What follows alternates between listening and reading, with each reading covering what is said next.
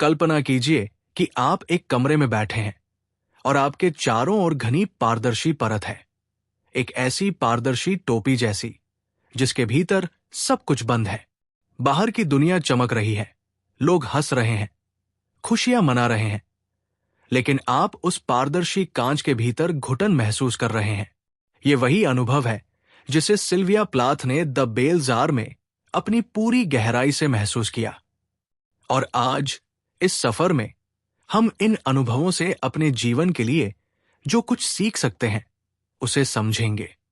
ये केवल एक लेखिका की पीड़ा नहीं, बल्कि एक दर्पण है जिसमें हम अपने जीवन की कमजोरियों और ताकतों को देख सकते हैं। हम सबके जीवन में ऐसे पल आते हैं जब मन खाली सा लगता है, जब चारों ओर सब कुछ तो चल रहा होता है, लेकिन भीतर से एक अजीब सी खामोशी हमें खा रही होती है।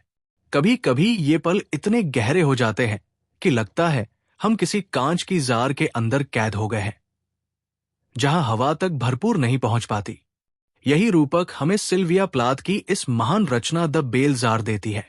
ये किताब केवल अवसाद का दस्तावेज नहीं है, बल्कि ये हमें सिखाती है कि मनुष्य अपने भीतर की तंग सीमाओं से कैसे जूझ सकता है।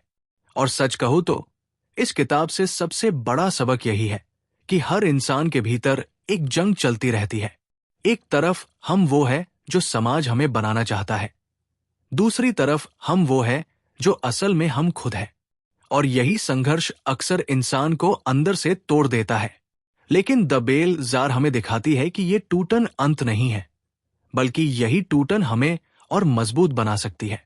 सोचिए, हमारे समाज में कितनी बार हमें बताया जाता है कि हमें कैसा होना चाहिए। अच्छा छात्र, अच्छा बेटा, अच्छी बेटी, उत्कृष्ट करियर, परिपूर्ण जीवन। लेकिन इन आदर्शों की चकाचौंध के पीछे एक दबाव छिपा होता है, और ये दबाव कई बार हमें भीतर से दबा देता है। सिल्विया प्लाथ ने इस किताब में यही अनुभव साझा किया कि बाहरी दुनिया की चमक अगर भीतर शांति न हो तो किसी काम की नहीं। यहां पर पहला बड़ा सबक यही है कि अपने असली स्वरूप को पहचानना सबसे महत्वपूर्ण है। चाहे समाज हमें कितनी भी पहचाने थोपे, जब तक हम अपने भीतर की आवाज को नहीं सुनते, तब तक संतुलन संभव नहीं। एक उदाहरण सोचिए, आपके पास करियर में दो विकल्प है। एक वो जो आपके माता पिता चाहते हैं, जिससे समाज आपको सफल मानेगा। दूसरा वो जिसमें शायद पैसे कम हो, लेकिन उसमें आपका दिल लगता है। अगर आप पहली राह चुनते हैं तो लोग तालियां बजाएंगे, लेकिन भीतर से वो खालीपन धीरे धीरे एक बोझ बन सकता है। और अगर आप दूसरी राह चुनते हैं तो भले ही राह कठिन हो, पर हर दिन का संघर्ष आपको जीवंत महसूस कराएगा। यही तो जीवन का सार है, खुद को भीतर से ईमानदारी से जीना। दूसरा सबक असफलता को स्वीकार करना है। अक्सर अवसाद और उदासी इसीलिए हमें घेरते हैं क्योंकि हम हर असफलता को अपनी पहचान बना लेते हैं। अगर परीक्षा में फेल हो गए तो लगता है कि मैं ही बेकार हूं। अगर नौकरी नहीं मिली तो लगता है कि मैं कभी सफल नहीं हो पाऊंगा। लेकिन प्लाथ की कहानी बताती है कि असफलता इंसान की क्षमताओं का अंत नहीं बल्कि एक मोड़ है। हमें सीखना है कि असफलता को मैं कौन हूं की परिभाषा न बनने दे। ठीक वैसे ही जैसे कोई खिलाड़ी हारने के बाद और मेहनत करता है, हमें भी चाहिए कि अपनी गलतियों को ठोकर नहीं बल्कि सीढ़ी बनाए। जब प्लाथ अपने जीवन के सबसे कठिन दौर से गुजरी तो उन्होंने इसे लेखन की शक्ति में बदल दिया। उन्होंने अपनी पीड़ा को कला में परिवर्तित किया, और आज यही पीड़ा लाखों लोगों के लिए प्रेरणा का स्रोत बन गई है। तीसरा महत्वपूर्ण सबक मानसिक स्वास्थ्य के महत्व का आता है। हमारे समाज में अक्सर मानसिक स्वास्थ्य को नजरअंदाज किया जाता है।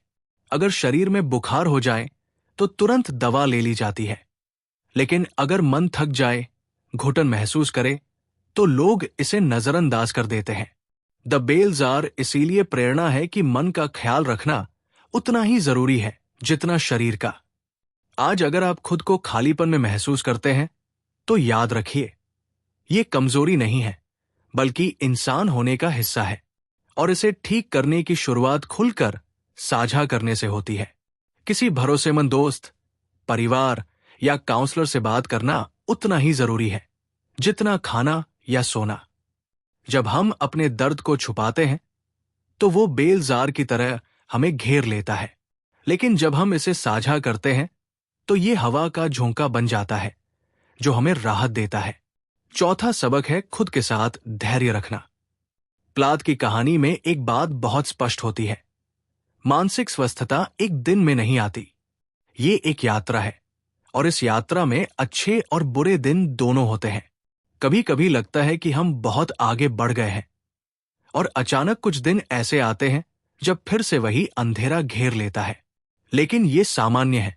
जिस तरह शरीर को ठीक होने में समय लगता है उसी तरह मन को भी समय चाहिए। इसका मतलब ये नहीं कि आप हार मान ले। इसका मतलब यह है कि आप अपने साथ उसी तरह धैर्य रखें जैसे आप किसी प्रिय मित्र के साथ रखते हैं। अगर आपका कोई दोस्त बीमार पड़ जाए तो क्या आप उससे कहते हैं कि तुम कमजोर हो? नहीं, आप उसका ख्याल रखते हैं, उसे प्यार देते हैं और ठीक होने का समय देते हैं। यही चीज आपको अपने साथ भी करनी है। पांचवा सबक है रचनात्मकता की शक्ति को पहचानना। जब प्लाथ ने द बेलजार लिखा तो वो केवल अपनी पीड़ा को व्यक्त नहीं कर रही थी, बल्कि उसे कुछ सार्थक में बदल रही थी। रचनात्मकता हमारे भीतर के दर्द को बाहर निकालने का एक स्वस्थ तरीका है। ये जरूरी नहीं कि आप एक लेखक या कलाकार बने। आप अपनी भावनाओं को डायरी में लिख सकते हैं, चित्र बना सकते हैं, गाना गा सकते हैं या कुछ भी ऐसा कर सकते हैं जो आपको अच्छा लगे।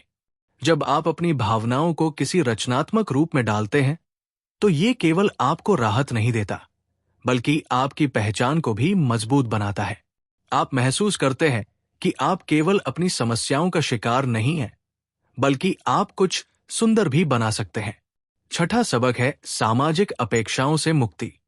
प्लात के जमाने में महिलाओं से ये अपेक्षा की जाती थी कि वे एक परफेक्ट पत्नी और मां बने।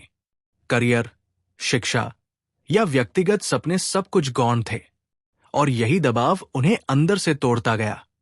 आज भी हमारे समाज में कई तरह की अपेक्षाएं हैं। लड़कों से कहा जाता है कि वे भावनाओं को न दिखाएं, मजबूत बने, पैसा कमाएं। लड़कियों से कहा जाता है कि वे सब्र रखें, समझौता करें, दूसरों की खुशी में अपनी खुशी ढूंढें। लेकिन यहां सच्चाई यह है कि जब आप दूसरों की अपेक्षाओं के अनुसार जीवन जीते हैं तो आप अपने असली स्वरूप को दबा देते हैं और यही दमित स्वरूप एक दिन बेलजार बन जाता है। इसलिए जितनी जल्दी हो सके अपने लिए यह तय कर ले कि आप क्या चाहते हैं। समाज की बात सुने, लेकिन अंतिम फैसला हमेशा अपना करें। एक व्यावहारिक उदाहरण लेते हैं। मान लीजिए कि आप एक इंजीनियर हैं, लेकिन आपका दिल कहता है कि आप टीचर बनना चाहते हैं। आपके परिवार वाले कहते हैं कि इंजीनियरिंग में ज्यादा पैसा है, प्रतिष्ठा है।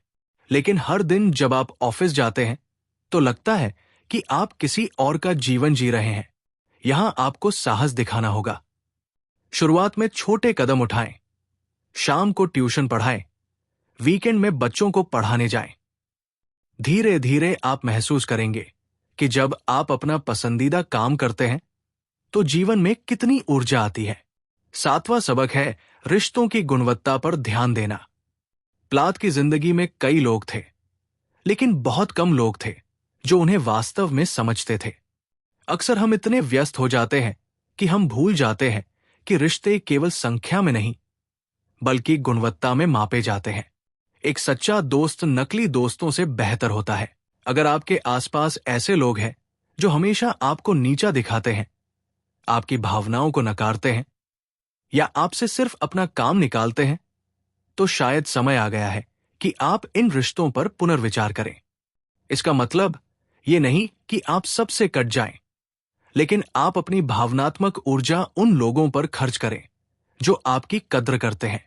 और ये भी याद रखें कि कभी कभी अकेला होना बुरी कंपनी से बेहतर होता है। अकेलेपन से डरने की जरूरत नहीं। जब आप अकेले होते हैं तो आप अपने साथ समय बिताना सीखते हैं।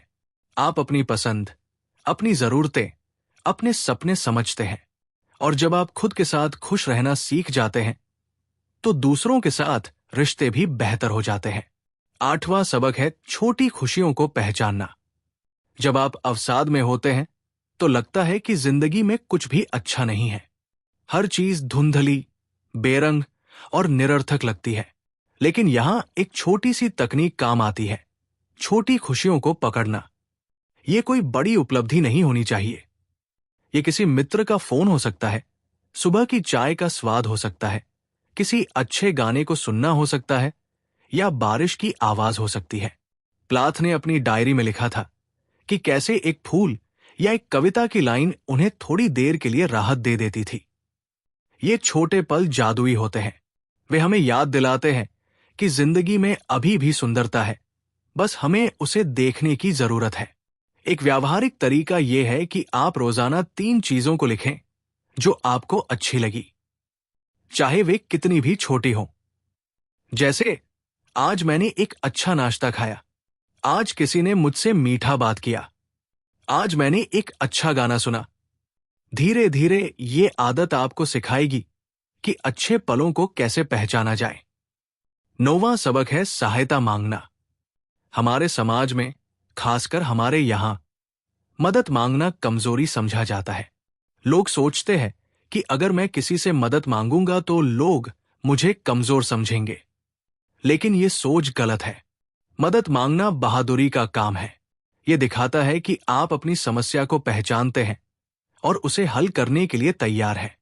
प्लाथ को भी जब एहसास हुआ कि उन्हें मदद की जरूरत है तो उन्होंने थेरेपी ली। आज के जमाने में भी अगर आप लगातार उदास महसूस करते हैं, चिंतित रहते हैं या जीने का मन नहीं करता, तो किसी काउंसलर या मनोवैज्ञानिक से मिलना सबसे अच्छा विकल्प है। यह कोई शर्म की बात नहीं है। यह वैसा ही है जैसे आप डॉक्टर के पास जाते हैं जब आपको बुखार होता है। और यह सिर्फ प्रोफेशनल हेल्प के बारे में नहीं है। कभी कभी केवल किसी से बात कर लेना भी बहुत राहत देता है। आपके मामा, मौसी, दादी या कोई पुराना दोस्त, जो भी आपको समझता हो, उससे दिल की बात कह देना भी बहुत फायदेमंद होता है। 10वां और शायद सबसे महत्वपूर्ण सबक है आशा को जिंदा रखना। जब आप बेलजार के अंदर होते हैं तो लगता है कि ये हमेशा के लिए है, लगता है कि कभी कुछ अच्छा नहीं होगा। लेकिन प्लाथ की कहानी हमें याद दिलाती है कि सबसे अंधेरी रात के बाद भी सुबह होती है। हालांकि प्लाथ की निजी जिंदगी दुखद अंत के साथ समाप्त हुई, लेकिन उनकी लेखनी आज भी लाखों लोगों के लिए प्रकाश है। आशा का मतलब ये नहीं कि आप अपनी समस्याओं को नकारें। आशा का मतलब यह है कि आप ये मानते रहें कि चीजें बदल सकती है। आज आप जो भी महसूस कर रहे हैं वो स्थायी नहीं है। भावनाएं लहरों की तरह आती और जाती है। बुरे दिनों के बाद अच्छे दिन भी आते हैं। एक छोटी सी तकनीक यह है कि जब भी आपको लगे कि सब कुछ खत्म हो गया है तो अपने आप से पूछें, क्या मैं ये 100% निश्चितता के साथ कह सकता हूं कि ये हमेशा के लिए है? जवाब हमेशा नहीं होगा, क्योंकि जिंदगी हमेशा बदलती रहती है। कभी अच्छे में, कभी बुरे में, लेकिन बदलती रहती है। अब मैं आपके साथ कुछ व्यावहारिक रणनीतियां साझा करना चाहता हूं जो द बेलजार से प्रेरित है और जिन्हें आप अपने दैनिक जीवन में उपयोग कर सकते हैं। सबसे पहले, अपने दिन की शुरुआत में 5 मिनट का समय निकालें और अपने आप से पूछें, आज मैं कैसा महसूस कर रहा हूं? इसका जवाब अच्छा या बुरा नहीं होना चाहिए, बल्कि ज्यादा विस्तार से होना चाहिए। जैसे, मैं थोड़ा चिंतित हूं क्योंकि आज ऑफिस में प्रेजेंटेशन है, या मैं उत्साहित हूं क्योंकि आज शाम को दोस्तों से मिलना है। ये आत्मचेतना आपको अपनी भावनाओं को समझने में मदद करेगी। दूसरा, हर दिन कम से कम 15 मिनट किसी ऐसी चीज के लिए दें जो आपको सचमुच पसंद है। ये पढ़ना हो सकता है, संगीत सुनना हो सकता है, बागवानी हो सकती है, या सिर्फ चाय पीकर आराम करना हो सकता है। यह आपका निजी समय है और इसमें आप वही करते हैं जो आपको खुशी देता है। तीसरा, अपने फोन में एक छोटी सी डायरी बनाएं और जब भी कोई अच्छा पल आए तो उसे लिख दें। यह कुछ भी हो सकता है। किसी ने आपकी मदद की, आपने अच्छा खाना खाया, आपने कुछ नया सीखा, या आपको कोई अच्छा मैसेज मिला। महीने के अंत में जब आप इसे पढ़ेंगे तो आपको एहसास होगा कि जिंदगी में कितना कुछ अच्छा हो रहा है। चौथा, हफ्ते में कम से कम एक बार किसी से दिल की बात करें। यह आपके माता पिता, भाई बहन, दोस्त या कोई भी हो सकता है जिस पर आपका भरोसा हो। सिर्फ ये कहना कि मैं थोड़ा परेशान हूं या मुझे ये बात सता रही है बहुत राहत देता है। पांचवा, जब भी आपको लगे कि आप बेलजार के अंदर फंस गए हैं तो अपने आसपास देखें और 5 चीजों को नाम दें जो आप देख सकते हैं, 4 चीजों को जो आप छू सकते हैं, 3 आवाजों को जो आप सुन सकते हैं, 2 खुशबुओं को जो आप महसूस कर सकते हैं और 1 स्वाद को जो आपके मुंह में है। ये तकनीक आपको वर्तमान में वापस लाने में मदद करेगी। छठा, अपने आप के साथ वैसा बर्ताव करें जैसा आप अपने सबसे प्रिय मित्र के साथ करते हैं। अगर आपका दोस्त कोई गलती करे तो क्या आप उसे बुरा-भला कहते हैं? नहीं, आप उसे समझाते हैं, उसका हौसला बढ़ाते हैं। यही चीज अपने साथ भी करें। अपने आप से प्यार से बात करें। सातवां, हर महीने कुछ नया सीखने की कोशिश करें। यह कोई बड़ी चीज नहीं होनी चाहिए। एक नई रेसिपी, एक नया गाना, एक नई भाषा का एक शब्द या कोई नई स्किल। जब हम कुछ नया सीखते हैं तो हमारा दिमाग सक्रिय रहता है और हमें लगता है कि हम आगे बढ़ रहे हैं। आठवां, प्रकृति के साथ समय बिताएं। यह जरूरी नहीं कि आप किसी पहाड़ या समुद्र पर जाएं। घर के आसपास का कोई पार्क, छत पर लगे पौधे या सिर्फ खिड़की से आसमान देखना भी काफी है। प्रकृति हमें याद दिलाती है कि हम कितनी बड़ी दुनिया का हिस्सा है। नवां, अपने खाने पीने का ख्याल रखें। जब हम उदास होते हैं तो अक्सर खाना कम कर देते हैं या फिर जंक फूड ज्यादा खाते हैं, लेकिन अच्छा खाना हमारे मन को भी अच्छा रखता है। पौष्टिक भोजन, भरपूर पानी और नियमित समय पर खाना आपके मूड को बहुत प्रभावित करता है। 10वां, नींद को प्राथमिकता दें। अच्छी नींद मानसिक स्वास्थ्य के लिए बहुत जरूरी है। हर रात कम से कम 7 से 8 घंटे सोने की कोशिश करें। सोने से पहले फोन न देखें और अपने कमरे को शांत और अंधेरा रखें। अब मैं आपको बताना चाहता हूं कि द बेलजार का संदेश केवल अवसाद के बारे में नहीं है। ये मानवीय संघर्ष, पहचान की खोज और अपने सच्चे स्वरूप को जीने के बारे में है। हर व्यक्ति के जीवन में ऐसे पल आते हैं जब लगता है कि हम किसी पारदर्शी दीवार के पीछे कैद हैं। लेकिन ये याद रखना जरूरी है कि ये दीवार हमेशा के लिए नहीं है। जब प्लाथ ने ये किताब लिखी तो उन्होंने न केवल अपना दर्द साझा किया, बल्कि लाखों लोगों को ये एहसास दिलाया कि वे अकेले नहीं हैं। आज भी जब कोई व्यक्ति इस किताब को पढ़ता है तो उसे लगता है कि कोई उसकी भावनाओं को समझता है। यही तो है इस किताब की सबसे बड़ी ताकत। ये हमें बताती है कि हमारी पीड़ा, हमारे संघर्ष और हमारी खुशियां सब एक इंसान होने का हिस्सा है।